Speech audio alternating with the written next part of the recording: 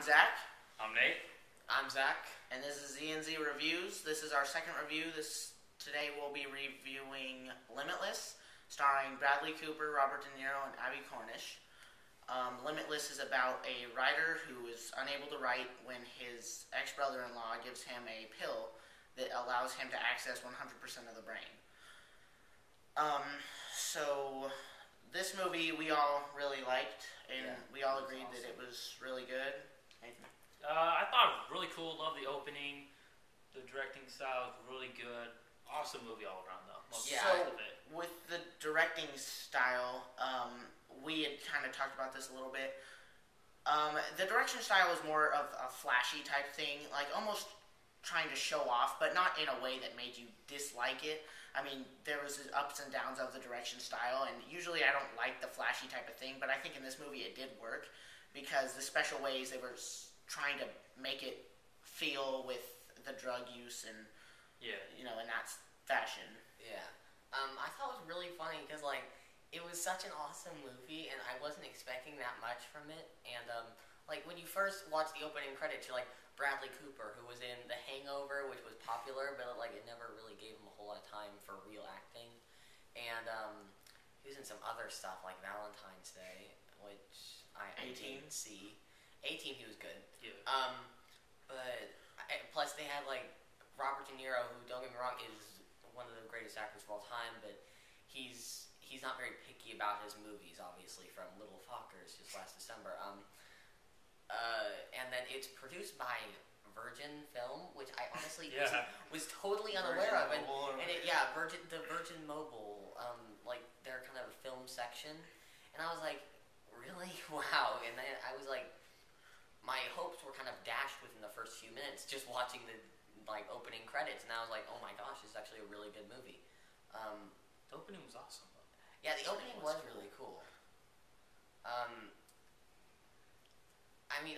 You guys obviously didn't agree because we talked about this before, but they have this kind of really cool kind of camera style, and it's really cool for the first few times, but I really feel like it overstays its welcome because the little 3-minute opening in the very beginning is fine, but when it's happening every few minutes, it just feels like filler for the movie. I only used it twice, 2 or 3 times. I probably used it much more than that. I think you guys might. It was just an extended period. After you watch the opening, boom, it keeps going forward. I think it was more to set up the movie and to kind of show how it was. What I did like about the movie too, I wanted to add, is that when you look at it, I almost at one point expected it to kind of be a little dark and depressing.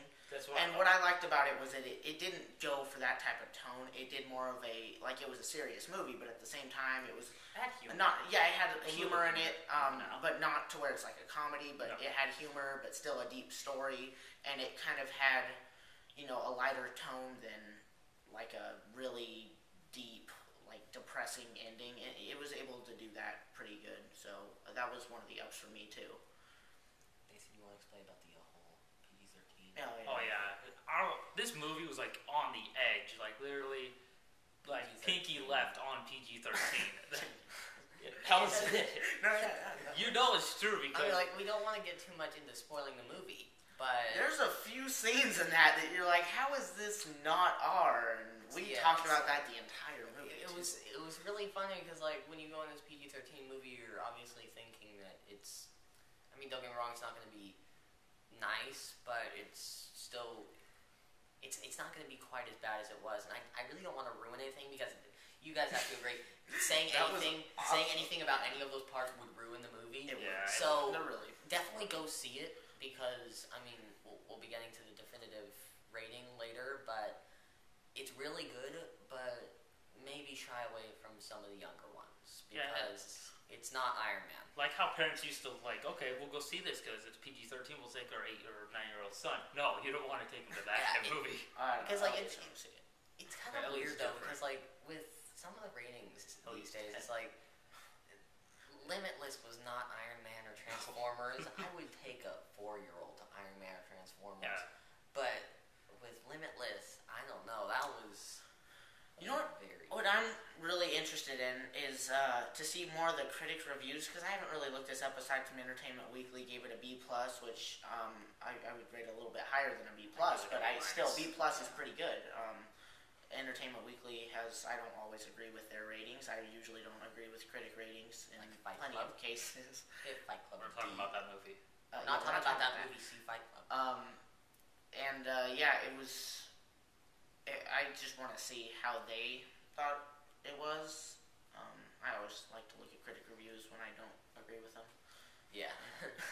The Watchmen got a moderate. Yeah, we don't want to get off track a little bit too much, but so we're going to skip out. Last week we told you we were going to be doing a comparison of movies, and we're still going to be giving that more tries. But with this movie, we really felt like couldn't compare it. You couldn't compare it. Couldn't think of anything. Which was good because it was kind of. It was unique. It was unique. It was different than plenty of other movies. I mean, it's not like this redefines movies forever, but I mean, it was different than other movies that you might see. So, just kind of hard to compare it to something else. It was a mind bender, but I wouldn't. It was, and comparing mind benders isn't really fair because it just usually they're incredibly different. Yeah. So. Do you want to go to? What do you give the rating on it? Ratings. All right. So I would give it a 9.5. I'd give it a 9.5. Yeah, I'd also give it a 9.5 just because I would be a little bit more sketchy giving it a 10. But it was really good and probably the best movie of this year so far. Yeah, I said that about Rango. Yeah. Well, we're not going into that.